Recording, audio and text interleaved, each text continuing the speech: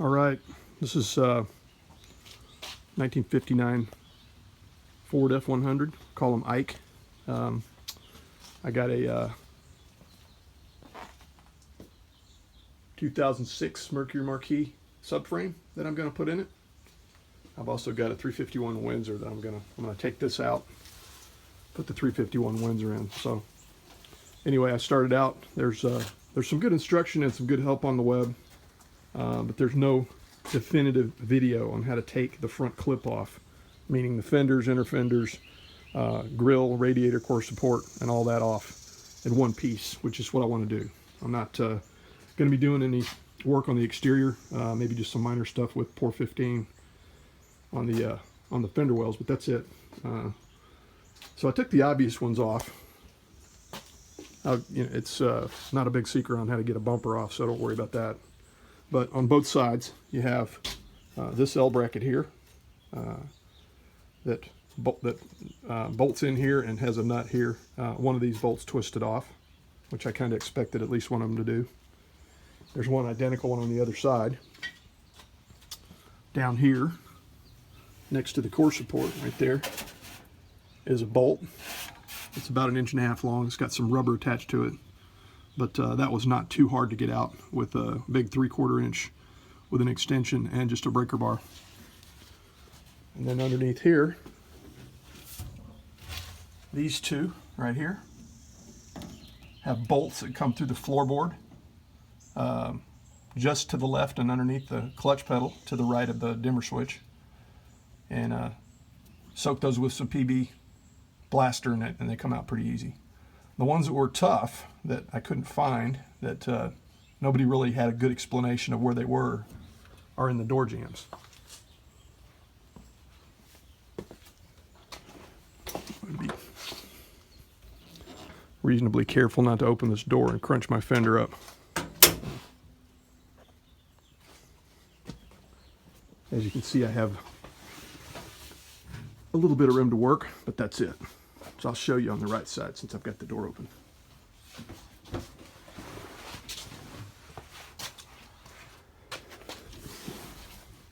In here, so for reference, there's a glove box lid. There's this hole. There is almost no way to get a tool in here, but Ford, in their infinite wisdom, made a hole here. So you can access that one directly right through here, and you can see where it was in the top, just above the door hinge in the, on the pillar. And then in this center one, and this is accessible with just a regular ratchet and 1/2 inch. There's another one right there. So that one's fairly accessible. And then on both sides,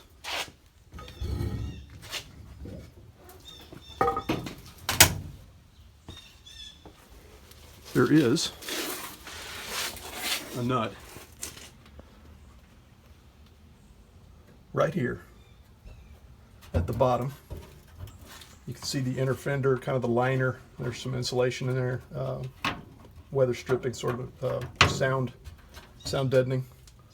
But right here, there's a bolt stud that comes out of this fender, the inner fender liner, I guess you call it. Comes through here. On mine, it was welded. I don't know if you can see that I had to cut it, but I plan on trying to put another stud on there when I put it back on and actually have the nut. On the other side, it actually did have a nut, and if you soak it with enough PB blaster and you're patient, it should just come right off without twisting off. It just kind of depends on how much rust you have. So, and also on my side over here on this one, this was already broken, so I didn't have to take these off. But that's what they look like. It's got a fiber rubber L-shaped piece that is permanently attached to this, or semi-permanently.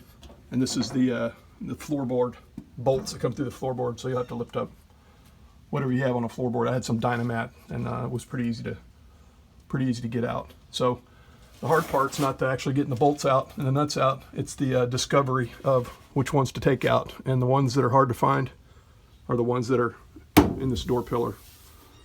on the top hinge, in the top hinge access near there, and then in the center hinge access. And they basically, see how easy it comes off now? I just got that nut out, and I'm ready to get my friends over here and help me take this front clip off, and we'll see how it goes. Just some additional finer points, I guess you call them. Speedometer cable bolts on here. It's got a nut on the other side, so you know, to keep from having to mess with that when you get your friends over to help you take the clip off. Take that one out. There's a little harness for the horn and some other things, some lights. I got an extra horn in mine, extra loud. But you can take that off. And I just took it off and flopped it over here. I'm going to be putting a new harness in anyway, so. But I was still careful. So, and then for all these, you know, you take the heater hose mounts out and try to pretty much take everything off the fender that's screwed into the fender. I've got one more, I think, wire I got to take off, and that's it. So just make sure your fenders, your inner fenders, are unencumbered by any kind of bracket or anything like that. Here's the other bolt for the core support here. Not too hard to get out.